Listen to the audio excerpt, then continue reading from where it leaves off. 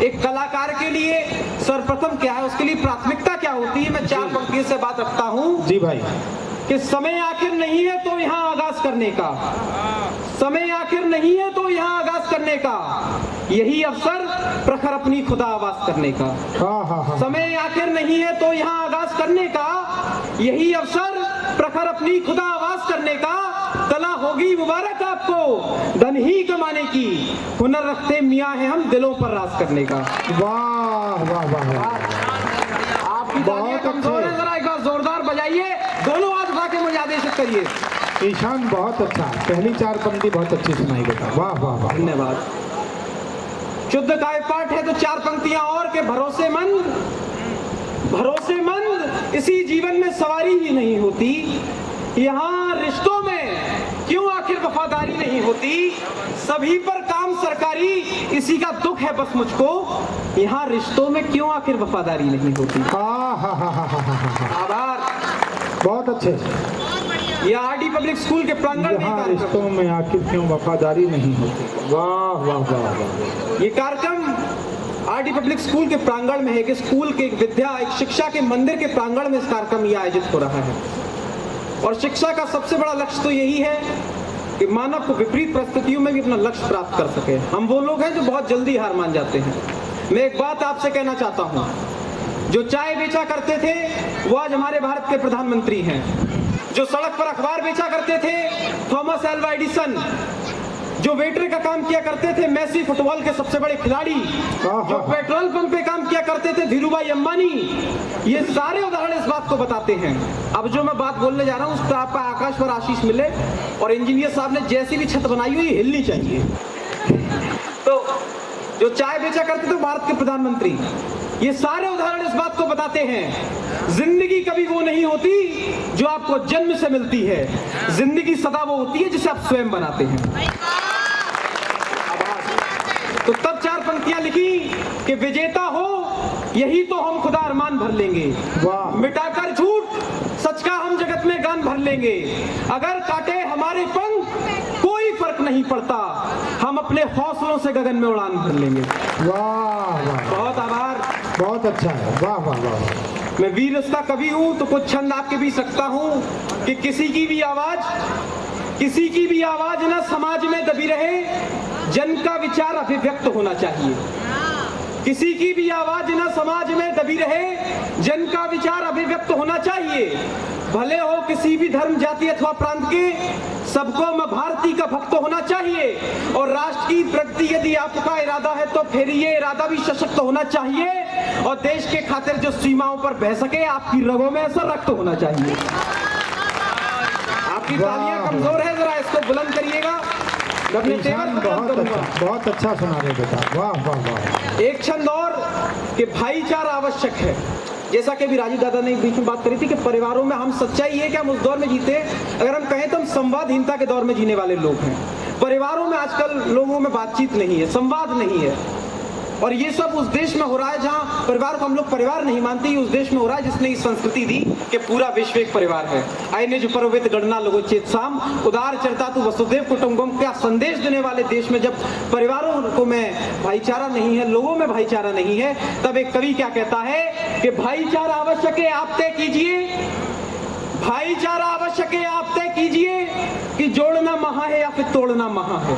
भाईचारा आवश्यक है आप तय कीजिए कि जोड़ना महा है या फिर तोड़ना महा है।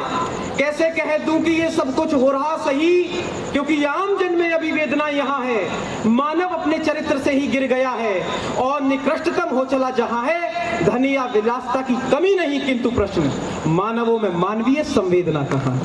बहुत अच्छे, बहुत अच्छे, बहुत बहुत आभार। एक छंद मैं आपके बीच और रखता हूँ, इसकी मुझे प्रेरणा मिली राहत इंदौरी जी की एक शेर से कि तूफानों से आंख मिलाओ सैलाबों पर वार करो, तूफानों से आंख मिलाओ सैलाबों पर वार करो, मल्लाहों का चक्कर छोड़ो तैर के दरिया पार करो।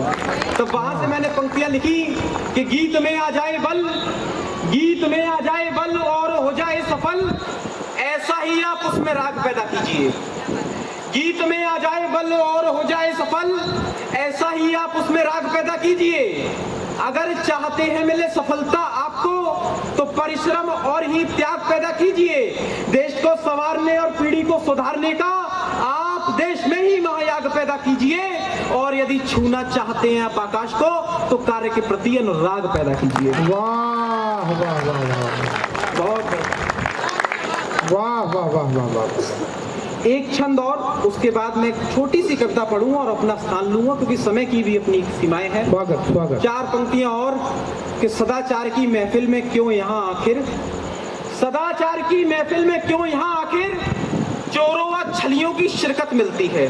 अच्छा है, अच्छा दीन है। और भावहीन हो तो चुका है समाज, हर जगह हमें नफरत मिलती है। विडंबना देखिए आप मित्र इस जग की, झूठों के यहाँ ही क्यों बरकत मिलती है। दुख है कि जो कहते हैं खुद को ही सूरज, उनकी ही जुगनू सी हरकत मिलती है। वाह वाह वाह। मैं एक कविता बस आपके बीच रखता हूँ जो मैंने पिछले दिनों माँ हिंदी पर लिखी। दोस्तों, मेरा ये मानना है, मैं किसी भी भाषा के प्रति कोई विरोध नहीं रखता हूँ, मेरा किसी भाषा के प्रति कोई अनादर नहीं है, मैं सभी का सम्मान करता हूँ। लेकिन हमारा ये मानना है कि कोई भाषा कितनी भी अच्छी हो सकती है, लेकिन हिंदी से मीठी हमारे लिए नहीं हो सकती है। बढ़िया बात है। और जिस दृष्टि से आज साहित्य को देखा जाने लगा है, हमें दृष्टि सोच बदलने की जरूरत है। ये स्कूल है, मैं यहाँ से एक बात जरूर कहना चाहता हूँ कि हमें सोच को बदलने की जरूरत है। अगर हमारे बच्चे पढ़े ना तो उनको ये कहने की जरूरत नहीं है कि अगर पढ़ोगे नहीं तो रोड पे चलते भिखारियों जैसे हो जाओगे, बल्कि ये कहने की जरूरत है कि यदि तुम पढ़ोगे नहीं तो रोड पे घूमते भिखारियों की मदद कौन करेगा। तो जिस दिन हम इस संस्कार को लेके निकलेंगे, भाई क्या बढ़िया बात कही है, बहुत अच्छी बात है। तो जिस दिन इस संस्कार को हम लोग लेके निकलेंगे, भारत स्वयं विश्व गुरु बनेगा। बस मैं ज्यादा कुछ ना कहती हूँ, सीधी कविता पे आता हूँ कि जो देश सुने की चिड़िया था हम उस देश के वासी हैं।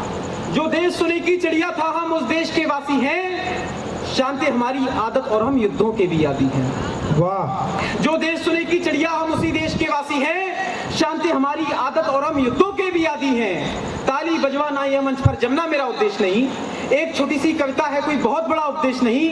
क्यों यहाँ आखिर हिंद में लाचार बन चुकी है हिंदी, जिसकी कोई सुनने वाला ना वो समाचार बन चुकी है हिंदी। दुख है कि सभी तो आखिर अंग्रेजी के स्कूल गए। अब अगली पंक्ति जरा संभाल लीजिएगा, अब तक जो आपको आशीष मिला उससे दोगुना कर दीजिएगा कि दुख है कि सभी तो आखिर अंग्रेजी के स्कूल गए, हिंद में रहने वाले ही आखिर हिंदी को भूल गए। हिंद में रहने वाले ही आखिर हिंदी को भूल गए, तो स्वयं ही है अपना भारत विश्व गुरु कहलाएगा जी। तो स्वयं ही ये अपना भारत विश्व गुरु कहलाएगा, जिस दिन माँ हिंदी का परचम दुनिया में लहराएगा। दुनिया में लहराएगा। वाह वाह वाह। मैं अंतिम 4 पंक्तियां पढ़ता हूं, मुझे घनघोर तालियों से विदा कीजिएगा। ये समस्या थी कि हमने हिंदी को किस दृष्टि से देखते हैं और हमें क्या करने की जरूरत है। बहुत अच्छा कवि का काम, वाह वाह वाह वाह। कवि का काम सिर्फ समस्या देना नहीं, उसका समाधान देना भी है। बहुत अच्छा। हिंदी के सुधार के लिए आज के हमारे मुख्य अतिथि थे परम आदरणीय एसपी सिंह बघेल जी, वो अभी कुछ ही दिनों में आपके बीच पधारेंगे भी। मैं चाहता था कि उनके सामने पढ़ूं, लेकिन जैसा व्यवस्था बनी, जिस तरीके से मुझे आदेश हुआ, मैं उस तरीके का काव्यपाठ कर रहा हूं। जो समाधान क्या है हिंदी के सम्मान के लिए वो पंक्तियां रखता हूं कि तो ये स्वयं ही अपना भारत विश्वगुरु कहलाएगा, जिस दिन माँ हिंदी का परचम दुनिया में लहराएगा। तो अब अपने दिल के छाले चौराहों पर ही फोड़ो तुम, बहुत हुआ अब देश की आखिर दिशा को मोड़ो तुम। आधुनिकता की दौड़ में मत इतना भी दौड़ो तुम, बस निवेदन माँ हिंदी को रोजगार से जोड़ो तुम। बहुत बहुत आभार, बहुत बहुत धन्यवाद।